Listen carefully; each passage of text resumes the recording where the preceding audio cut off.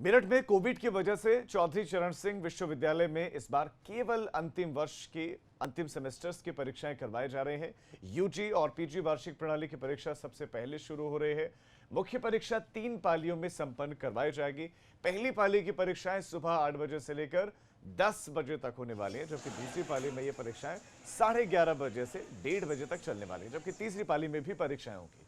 तीसरी पाली में परीक्षाएं 2:30 से 4:30 बजे के बीच में संपन्न करवाई जाएंगी और एग्जाम्स का परीक्षा का कार्यक्रम वेबसाइट पर अपलोड किया गया है। हालांकि विश्वविद्यालय ने भी सारे महाविद्यालयों और परीक्षा केंद्रों को गाइडलाइन जारी करके निर्देशित कर दिया है कि सभी परीक्षा केंद्रों में सैनिटाइजर का प्रबंध जरूर हो, साथ ही सभी बच्चों की थर्मल स्कैनिंग की जाए और सोशल डिस्टेंसिंग का पालन करवाया जाए। यानी कि जो कोविड-19 के नॉर्म्स है, जो प्रोटोकॉल है, उसका पालन जरूर है, उसका पालन करना है। उसी की तैयारियां ऐसा कहा जा रहा है कि विश्वविद्यालय ने की हुई है कि एक कमरे में एक सीमित संख्या छात्रों की होगी, उससे ज़्यादा नहीं होगी।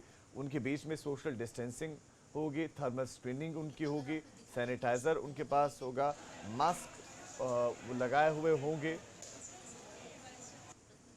तो ये सारी व्यवस्था है।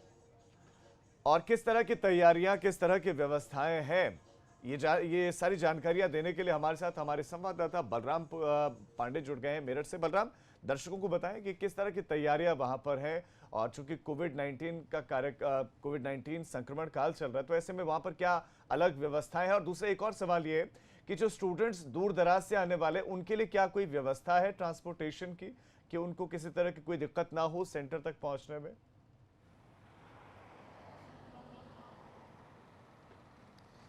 देखिए राजीव, अगर हम बात करें कोरोना काल में इस परीक्षा की, तो यहाँ पर पूरी तैयारी की गई है और ख़ास तौर से जो विश्वविद्यालय है चौधरी चरण सिंह, उसने एक गाइडलाइन जारी की है सभी महाविद्यालयों को, परीक्षा केंद्रों को, कि जहाँ मुख्य गेट है, जहाँ से जो परीक्षार्थी हैं वो दाखिल होंगे परीक्षा केंद्रों में, वहाँ पर सैनिटाइज की व्यवस्था जरूर की जाए। साथ ही थर्मल स्कैनिंग की जाए सभी छात्रों की, ताकि ये सुनिश्चित हो सके कि कोई भी छात्र फीवर से तो ग्रसित नहीं है। अगर है तो उसके लिए अलग रूम तैयार किया जाए और उसको वहाँ परीक्षा में बैठाया जाए। सामान्य बच्चों के साथ उसे न बैठाया जाए। साथ ही परीक्षा केंद्रों में मेन गेट से लेकर के परीक्षा कक्ष तक गोले बनाए जाएं, ताकि उन्हीं गोलों में सोशल डिस्टेंसिंग मेंटेन करते हुए परीक्षार्थी परीक्षा केंद्र के अंदर तक जाएं।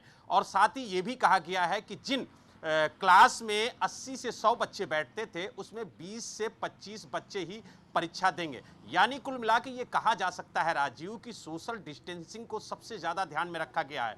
वहीं विश्वविद्यालय ने यह भी कहा है सभी परीक्षा केंद्रों से कि जो सैनिटाइजर है उसको खरीदें और उसका बिल विश्वविद्यालय को भेजें, उसका भुगतान विश्वविद्यालय खुद करेगा। यानी सैनिटाइजर इंपॉर्टेंट है, इसको सभी परीक्षा केंद्रों में रखना होगा। और इस वक्त हम खुद मौजूद हैं चौधरी चरण सिंह विश्वविद्यालय के बाहर, जहां पर राजू आप देख सकते हैं कि पूरी तैयारी की गई है। जो यहां पर सिक्योरिटी गार्ड लगाए गए हैं, उनको थर्मल स्कैनिंग मशीन दी गई है, साथ ही उन्हें सैनिटाइजर दिया गया है। और ये कहा गया है कि जो भी बच्चे विश्वविद्यालय के अंदर दाखिल होंगे उनको सैनिटाइज कराया जाए, साथ ही उनकी थर्मल स्कैनिंग की जाए। और गोले बनाए गए हैं अंदर तक जाने के लिए, ताकि उन्हीं गोलों में खड़े होकर के एक दूसरे से कम 2 गज की दूरी मेंटेन करते हुए परीक्षा केंद्र के अंदर तक जाएं। तो कुल मिला के ये कहा जा सकता है कि कोरोना काल में जिस तरीके से विश्वविद्यालय ने तैयारी की है वो सराहनीय है। और उनका कहना है कि समय समय पर जो उच्च अधिकारी हैं वो परीक्षा केंद्रों का जायजा लेंगे और अगर कहीं पर भी